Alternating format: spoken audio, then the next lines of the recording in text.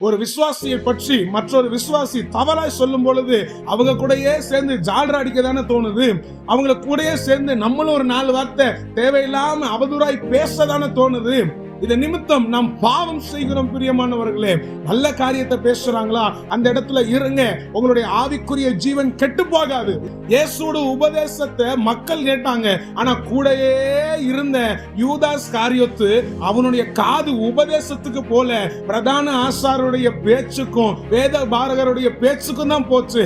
அதனாலதான் பிசாசு பூந்தான் பாருங்க. எப்படி பிசாசு வரான்? அங்க வேத பாரகரும் பிரதான ஆசாரியரும் அவங்க பிளான் பண்றாங்க இயேசுவானவரை பிடிப்பதற்கு. ஆனா பிசாசு இவங்குள்ள வரான் பாருங்க. ஏன்னா இவனோட காது இயேசுவினுடைய உபதேசத்துக்கு போல இவங்க பேச்சுக்கு பின்னாடி தான் போயிருக்கு பாருங்க. இன்னைக்கு நான் சொல்றேன், ஆண்டவர் நம்மள இந்த காது எதுக்கு கேட்க பண்ணியிருக்கிறார், எதுக்கு இந்த வாயை பேச வச்சிருக்காருன்னா தேவனை துதிக்கும்படியாய், அவருடைய உபதேசத்தை கேட்கும்படியாய் தான் பிரியமானவர்களே. அதனால அவதூறான பேச்சுகளுக்கும் யாரை பற்றியும் ஏதோ ஒரு வீணான பேச்சு ஏதாவது பேசுறாங்களா, அப்படிப்பட்ட பேச்சுகளுக்கு நாம் விலகி இருப்போம். பரிசுத்தத்தை காத்துக்கொள்வோம். ஆசீர்வாதங்களை ஆண்டவரிடத்திலிருந்து நாம் பெற்றுக்கொள்வோம் பிரியமானவர்களே.